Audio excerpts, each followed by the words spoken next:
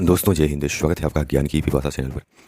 अगर आपने अभी तक चैनल को सब्सक्राइब नहीं किया है तो चैनल को कर लें सब्सक्राइब और बेल आइकन को प्रेस करें ताकि चैनल से संबंधित सभी तरह की अपडेट्स आपको मिलती रहे।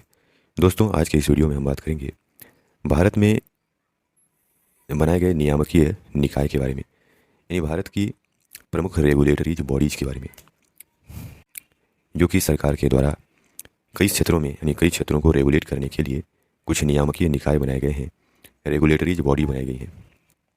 उदाहरण के लिए बैंकिंग सेक्टर के लिए आरबीआई है, शेयर बाजार के लिए सेबी है और दूरसंचार यानी कि टेलीकम्युनिकेशंस के लिए, संचार क्षेत्र के लिए ट्राई है। तो ऐसे ही हम कुछ प्रमुख देश में स्थित नियामकीय निकाय रेगुलेटरी बॉडीज़ के बारे में जानने का प्रयास करेंगे। तो आइए वीडियो को शुरू करते हैं। दोस्तों रेगुलेटरी बॉडीज़ की इस लिस्ट में पहला स्थान, यानी पहले हम आरबीआई के बारे में देखते हैं। आरबीआई यानी रिजर्व बैंक ऑफ इंडिया, भारतीय रिजर्व बैंक। दोस्तों आरबीआई भारत का केंद्रीय बैंक है और ये वह आरबीआई ही है जो भारत में बैंकिंग सेक्टर को रेगुलेट करता है, कंट्रोल करता है, नियंत्रित करता है, उनको लाइसेंस जारी करता है और नियम कानून बनाता है। ये सारे काम आरबीआई ही करता है। वैसे आरबीआई के कई और महत्वपूर्ण काम हैं, जैसे कि मुद्रा जारी करना, बैंकों के बैंक के रूप में काम करना, सरकार के बैंक के रूप में काम करना, विदेशी मुद्रा भंडार को इकट्ठा करना यानी बनाए रखना, बाजार में मुद्रा की स्थिति को संतुलित बनाए रखना। ऐसे ही कई काम आरबीआई को सौंपे गए हैं। तो रिजर्व बैंक ऑफ इंडिया जो कि वित्त मंत्रालय के अंतर्गत आता है, इसका गठन यानी आरबीआई की स्थापना 1 अप्रैल 1935 को किया गया था और उस समय यानी ब्रिटिश काल के समय हुआ था। तो उस समय यह प्राइवेट लोगों यानी निजी बैंक था, लेकिन बाद में आज़ादी के बाद 1 जनवरी 1949 को इसका राष्ट्रीयकरण किया गया और वर्तमान में आरबीआई के गवर्नर शक्तिकांत दास जी हैं और आरबीआई का जो मुख्यालय है वो मुंबई में है। तो भारतीय रिजर्व बैंक मुख्य रूप से भारतीय रिजर्व बैंक के रूप में जाना जाता है। यह भारत का केंद्रीय बैंक है और नियामक निकाय है जो भारतीय बैंकिंग सिस्टम के नियमन के लिए जिम्मेदार है। यह वित्त मंत्रालय भारत सरकार के स्वामित्व में है और यह भारतीय रुपये के नियंत्रण, उसे जारी करने, आपूर्ति को बनाए रखने के लिए जिम्मेदार है। यह देश की मुख्य भुगतान प्रणालियों का प्रबंधन भी करता है और इसके आर्थिक विकास को बढ़ावा देने के लिए काम करता है। भारतीय रिजर्व बैंक नोट मुद्रण आरबीआई का एक विशेष प्रभाग है, जिसके माध्यम से यह नासिक, देवास, मैसूरू में स्थित अपने 4 मुद्रण प्रेसों में, यानी इन 4 जगहों पर, जिसमें से नासिक है, देवास है, मैसूर है, सालबोनी पश्चिम बंगाल है, यहाँ पर आरबीआई नोट छापने का काम करता है। और जो एनपीसीआई है, national payment corporation of India, भारतीय राष्ट्रीय भुगतान निगम, ये आरबीआई की ही एक संस्था है जिसकी स्थापना आरबीआई ने ही की है। इसके अलावा deposit insurance and credit guarantee corporation की स्थापना भी आरबीआई ने किया है। जमा बीमा और क्रेडिट गारंटी निगम आरबीआई के द्वारा सभी भारतीय बैंकों को जमा राशि का बीमा प्रदान करने और ऋण सुविधाओं की गारंटी देने के उद्देश्य से एक विशेष प्रभाग के रूप में स्थापित किया गया। तो इस प्रकार आरबीआई की स्थापना 1 अप्रैल 1935 को किया गया था। दूसरा नियामक निकाय है सेबी, यानी securities and exchange board of India, भारतीय प्रतिभूति और विनिमय बोर्ड। दोस्तों यह भारत में शेयर बाजार को रेगुलेट करने वाली संस्था है। भारत सरकार के अंतर्गत वित्त मंत्रालय के स्वामित्व में भारत में प्रतिभूतियों और कमोडिटी बाजार के लिए नियामक निकाय है। यह 12 अप्रैल 1988 को एक कार्यकारी निकाय के रूप में स्थापित किया गया था और 30 जनवरी 1992 को सेबी एक्ट 1992 के माध्यम से इसे वैधानिक शक्तियाँ दी गई। तो 12 अप्रैल 1988 में इसका गठन कार्यकारी निकाय के रूप में किया गया था और बाद में सेबी एक्ट पारित करके 1992 में इसको वैधानिक शक्तियाँ दी गई। इसका जो मुख्यालय है मुंबई महाराष्ट्र में है और यह वित्त मंत्रालय के अंतर्गत काम करती है। इसका काम यही है कि भारत में शेयर बाजार को रेगुलेट करना, उसके लिए नियम कानून बनाना और किसी के साथ भी धोखा न हो, इस सब की जांच करना और व्यवस्था करना।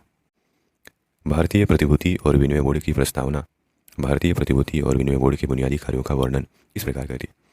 प्रतिभूतियों में निवेशकों के हितों की रक्षा करना और प्रतिभूति बाजार के विकास को बढ़ावा देना और विनियमित करना और इसके लिए वहाँ से जुड़े या उससे जुड़े मामले। सेबी को 3 समूहों की ज़रूरतों के प्रति उत्तरदायी होना चाहिए जो बाजार का गठन करते हैं। प्रतिभूतियों के जारीकर्ता, दूसरा निवेशक जो निवेश कर रहे हैं और तीसरा है बाजार के बिचौलिए। तो इस प्रकार सेबी जो है शेयर बाजार को रेगुलेट करती है। वर्तमान में सेबी की कार्यकारी अध्यक्ष माधवी पुरी बुच है। अगली रेगुलेटरी बॉडीज है ट्राई, यानी telecom regulatories authority of India, TRAI, try, telecom regulatories authority of India यानी भारतीय दूरसंचार नियामक प्राधिकरण। दोस्तों, भारतीय दूरसंचार नियामक प्राधिकरण अधिनियम 1997 की धारा 3 के तहत भारत सरकार के द्वारा स्थापित किया गया एक नियामक निकाय है, रेगुलेटरीज बॉडी है। यह जो है भारत में दूरसंचार सेक्टर को, टेलीकम्युनिकेशन या टेलीकॉम सेक्टर को नियंत्रित करता है, रेगुलेट करता है। इसमें एक अध्यक्ष होता है और 2 से ज़्यादा पूर्णकालिक सदस्य होते हैं और 2 से ज़्यादा अंशकालिक सदस्य नहीं होते। ट्राई अधिनियम को एक अध्यादेश के द्वारा संशोधित किया गया था जो जनवरी 2020 से प्रभावी था। तो ट्राई को कब बनाया गया? 1997 में। यह दूरसंचार विभाग संचार मंत्रालय के अंतर्गत काम करता है। इसका मुख्यालय भी नई दिल्ली में स्थित है। अगला है IRDAI यानी भारतीय बीमा नियामक और विकास प्राधिकरण। Insurance regulatories and development authority. अगर आसान भाषा में कहें तो यह जो है बीमा सेक्टर को रेगुलेट करने वाली संस्था है। The insurance regulatories and development authority of India, IRDAI, यह वित्त मंत्रालय और भारत सरकार के अधिकार क्षेत्र के तहत एक वैधानिक निकाय है। इसे भारत में बीमा और पुनर्बीमा उद्योगों को रेगुलेट और लाइसेंस देने का काम सौंपा गया है। इसका गठन बीमा नियामक और विकास प्राधिकरण अधिनियम 1999 भारत सरकार के द्वारा पारित संसद के एक एक्ट के द्वारा किया गया था। एजेंसी का मुख्यालय हैदराबाद में है, जहां यह 2001 में दिल्ली में स्थानांतरित हुआ। तो यह भारत में बीमा सेक्टर को रेगुलेट करने का काम करती है। अगला है पेंशन फंड नियामक और विकास प्राधिकरण यानी PFRDA, pension fund regulatories and development authority. यह जो है दोस्तों पेंशन सेक्टर को रेगुलेट करती है। पेंशन फंड नियामक और विकास प्राधिकरण भारत में पेंशन के समग्र पर्यवेक्षण और विनियमन के लिए नियामक निकाय है और यह भारत सरकार के वित्त मंत्रालय के अधिकार क्षेत्र में काम करता है। यह 2003 में भारत सरकार की OASIS रिपोर्ट की सिफारिशों के आधार पर स्थापित किया गया था और यह भारतीय राष्ट्रीय पेंशन योजना की स्थापना का हिस्सा है। यह एक रेगुलेटरी बॉडी है, पेंशन सेक्टर को रेगुलेट करती है। 23 अगस्त 2003 को इसकी स्थापना की गई। अगली रेगुलेटरी बॉडी है नाबार्ड। नाबार्ड यानी NABARD, national bank for agriculture and rural development. NABARD यानी राष्ट्रीय कृषि और ग्रामीण विकास बैंक भारत में रीजनल रूरल बैंकों यानी क्षेत्रीय ग्रामीण बैंकों और शीर्ष सहकारी बैंकों के समग्र रेगुलेट यानी विनियमन के लिए एक शीर्ष नियामकीय निकाय है। यह वित्त मंत्रालय भारत सरकार के अधिकार क्षेत्र में है और बैंक को यानी नाबार्ड को भारत में ग्रामीण क्षेत्रों में कृषि और अन्य आर्थिक गतिविधियों के लिए ऋण के क्षेत्र में नीति, योजना और संचालन से संबंधित मामले सौंपे गए। नाबार्ड वित्तीय समावेशन के विकास और कार्यान्वयन में सक्रिय है। दोस्तों, नाबार्ड की स्थापना 12 जुलाई 1982 में किया गया था।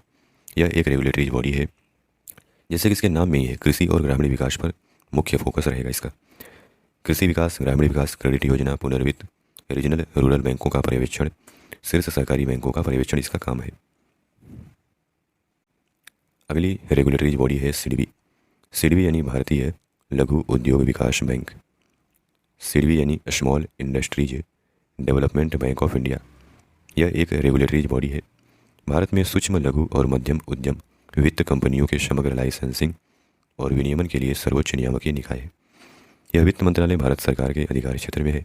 इसका हेडक्वार्टर लखनऊ में है और इसके कार्यालय पूरे देश में है। सिडबी की स्थापना की अगर बात करें तो 2 अप्रैल 1990 को भारत सरकार के द्वारा IDBI बैंक की पूर्ण स्वामित्व वाली सहायक कंपनी के रूप में की गई थी। 27 मार्च 2000 को IDBI से अलग कर दिया गया। इसका उद्देश्य पुनर्वित्त प्रदान करना है। बैंकों और वित्तीय संस्थाओं को सुविधाएं और उद्योगों को टर्म लेंडिंग और वर्किंग कैपिटल फाइनेंस में संलग्न है। MSME क्षेत्र में प्रमुख वित्तीय संस्थाओं के रूप में कार्य करते हैं। सिडबी जो है 49 अखिल भारतीय वित्तीय संस्थाओं में से एक है जो भारतीय रिजर्व बैंक के द्वारा विनियमित और पर्यवेक्षित है। अन्य 3 कौन कौन से हैं? इंडिया एक्जिम बैंक, नाबार्ड और NHB। इस प्रकार सिडबी जो है micro, small and medium enterprises finance companies को रेगुलेट करती है। अगला है नेशनल हाउसिंग बैंक यानी राष्ट्रीय आवास बैंक। भारत में हाउसिंग फाइनेंस कंपनियों के समग्र विनियमन और लाइसेंसिंग के लिए सर्वोच्च नियामक निकाय है। यह वित्त मंत्रालय भारत सरकार के अधिकार क्षेत्र में है और इसकी स्थापना 9 जुलाई 1988 को राष्ट्रीय आवास बैंक अधिनियम 1987 में किया गया था। इसकी स्थापना स्थानीय और क्षेत्रीय दोनों स्तरों पर आवास वित्त संस्थाओं को बढ़ावा देने के लिए एक प्रमुख एजेंसी के रूप में काम करने और ऐसे संस्थाओं को वित्तीय और अन्य सहायता प्रदान करने तथा उससे जुड़े मामलों के लिए की गई। वित्त अधिनियम 2019 ने राष्ट्रीय आवास बैंक अधिनियम 1987 में संशोधन किया। संशोधन आवास वित्त कंपनियों के विनियमन की शक्तियों को रिजर्व बैंक ऑफ इंडिया को प्रदान करता है। तो यह जो है राष्ट्रीय आवास बैंक या आवास वित्त कंपनियों को रेगुलेट करता है। अगला नियामक निकाय है केंद्रीय फिल्म प्रमाणन बोर्ड यानी central board of film certification. कोई भी फिल्म रिलीज होने से पहले, किसी भी फिल्म को रिलीज होने से पहले इससे प्रमाण पत्र लेना होता है। तो केंद्रीय फिल्म प्रमाणन बोर्ड भारत सरकार के सूचना और प्रसारण मंत्रालय में एक वैधानिक फिल्म प्रमाणन निकाय है। इसे सिनेमेटोग्राफ अधिनियम 1952 के प्रावधानों के तहत फिल्मों के सार्वजनिक प्रदर्शन को विनियमित करने का काम सौंपा गया है। सिनेमेटोग्राफ अधिनियम 1952 सार्वजनिक स्थलों पर दिखाई जाने वाले व्यावसायिक फिल्मों के लिए एक सख्त प्रमाणन प्रक्रिया की रूपरेखा तैयार करता है। सिनेमाघरों और टेलीविज़न पर दिखाई जाने वाले फिल्मों को बोर्ड के द्वारा प्रमाणित किया जाता है और संपादित किए जाने के बाद ही भारत में सार्वजनिक रूप से उन्हें प्रदर्शित किया जा सकता है। 15 जनवरी 1951 को इसकी स्थापना की गई और इसका मुख्यालय मुंबई, महाराष्ट्र में है। अगला है FSSAI यानी भारतीय खाद्य सुरक्षा और मानक प्राधिकरण।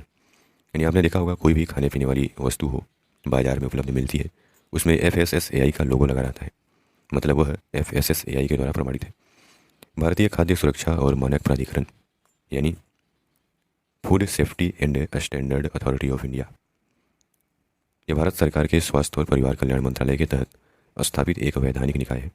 FSSAI की स्थापना खाद्य सुरक्षा और मानक अधिनियम 2006 के तहत किया गया, जो भारत में खाद्य सुरक्षा और विनियमन से संबंधित एक समेकित संस्था है। FSSAI खाद्य सुरक्षा के विनियमन और पर्यवेक्षण के माध्यम से सार्वजनिक स्वास्थ्य की सुरक्षा और प्रचार के लिए जिम्मेदार है। तो 5 सितंबर 2008 को इसकी स्थापना की गई। अगला है भारतीय मानक ब्यूरो यानी ब्यूरो ऑफ इंडियन स्टैंडर्ड। तो भारतीय मानक ब्यूरो उपभोक्ता मामलों के विभाग, उपभोक्ता मामले, खाद्य और सार्वजनिक वितरण मंत्रालय, भारत सरकार के तहत भारत का राष्ट्रीय मानक निकाय है। यानी किसी भी वस्तु पर, निर्मित वस्तु पर BSI का लोगो लगा जाता है। तो यह भारतीय मानक ब्यूरो अधिनियम 2016 के द्वारा स्थापित किया गया, जो 12 अक्टूबर 2017 को लागू हुआ। BSI के प्रशासनिक नियंत्रण वाले मंत्रालय या विभाग के प्रभारी मंत्री BSI के पदेन अध्यक्ष होते हैं। BSI नहीं, BIS, bureau of Indian standard. BIS में 500 से ज़्यादा वैज्ञानिक अधिकारी, प्रमाणन अधिकारी, तकनीकी समितियों के सदस्य, सचिव और प्रयोगशाला OIC के रूप में काम करते हैं।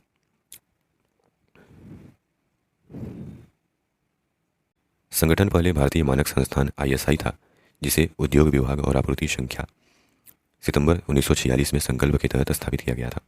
मार्च 2016 को अधिसूचित किया गया एक नया भारतीय मानक ब्यूरो BIS अधिनियम 2016 के तहत भारतीय मानक ब्यूरो को लागू किया गया 2017 में।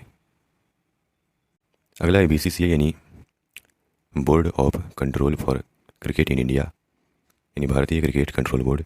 यह भारत में क्रिकेट का राष्ट्रीय शासी निकाय है। जैसे अंतर्राष्ट्रीय स्तर पर ICC है, इंटरनेशनल क्रिकेट काउंसिल, वैसे ही भारत में राष्ट्रीय स्तर पर BCCI है, क्रिकेट का राष्ट्रीय शासी निकाय है। इसका हेडक्वार्टर मुंबई में वानखेड़े स्टेडियम के पास क्रिकेट केंद्र में स्थित है। BCCI दुनिया में सबसे अमीर क्रिकेट शासी निकाय है, जो क्रिकेट, ऑस्ट्रेलिया, इंग्लैंड और वेल्स क्रिकेट बोर्ड के साथ अंतर्राष्ट्रीय क्रिकेट के बिग 3 का हिस्सा है। BCCI की स्थापना कब हुई थी? 1928 में। अगला है कर्मचारी भविष्य निधि संगठन या संस्था, एम्प्लॉयज प्रोविडेंट फंड ऑर्गेनाइजेशन। कर्मचारी भविष्य निधि संगठन भारत सरकार के श्रम और रोजगार मंत्रालय के तहत 2 मुख्य सामाजिक सुरक्षा संगठनों में से एक है और भारत में भविष्य निधि के विनियमन और प्रबंधन के लिए जिम्मेवार है। दूसरा कर्मचारी राज्य बीमा है। EPFO अनिवार्य भविष्य निधि एक अमूल्य पेंशन का संचालन करता है। EPFO की स्थापना 1952 में किया गया था। अगला है DGCA यानी directorate general of civil aviation, जो कि भारत में एविएशन सेक्टर को यानी कि विमानन सेक्टर को कंट्रोल करने के लिए बनाया गया है। नागरिक उड्डयन महानिदेशालय या DGCA भारत में नागरिक उड्डयन को विनियमित करने के लिए भारत सरकार के द्वारा बनाया गया एक वैधानिक निकाय है। यह विमान संशोधन अधिनियम 2020 के तहत एक वैधानिक निकाय बन गया है। DGCA विमानन दुर्घटनाओं और घटनाओं की जांच करता है, विमान से संबंधित सभी नियमों को बनाए रखता है, विमानन से संबंधित लाइसेंस जारी करने के लिए जिम्मेदार है इसका मुख्यालय नई दिल्ली में स्थित है। अगला है real estate regulation and development in real estate and regulatory authority of India, RERA. Real estate and regulatory authority, RERA. तो यह भारत में रियल एस्टेट सेक्टर को रेगुलेट करने का काम करता है। रियल एस्टेट विनियमन और विकास अधिनियम 2016 भारत की पार्लियामेंट के द्वारा पारित एक अधिनियम है जो घर खरीदारों की रक्षा करने के साथ साथ रियल एस्टेट उद्योग में निवेश को बढ़ावा देने में मदद करता है। अधिनियम रियल एस्टेट क्षेत्र के नियमन के लिए प्रत्येक राज्य में एक रियल एस्टेट नियामक प्राधिकरण की स्थापना करता है और त्वरित विवाद समाधान के लिए एक सहायक निकाय के रूप में कार्य करता है। 1 मई 2016 को यह अधिनियम अंतिम रूप से लागू हो गया। तो दोस्तों, इस प्रकार हमने इस वीडियो के माध्यम से काफ़ी सारे रेगुलेटरी बॉडी के बारे में जानने का प्रयास किया। आशा करते हैं कि आपको इस वीडियो के माध्यम से काफ़ी कुछ जानने को मिला होगा। धन्यवाद।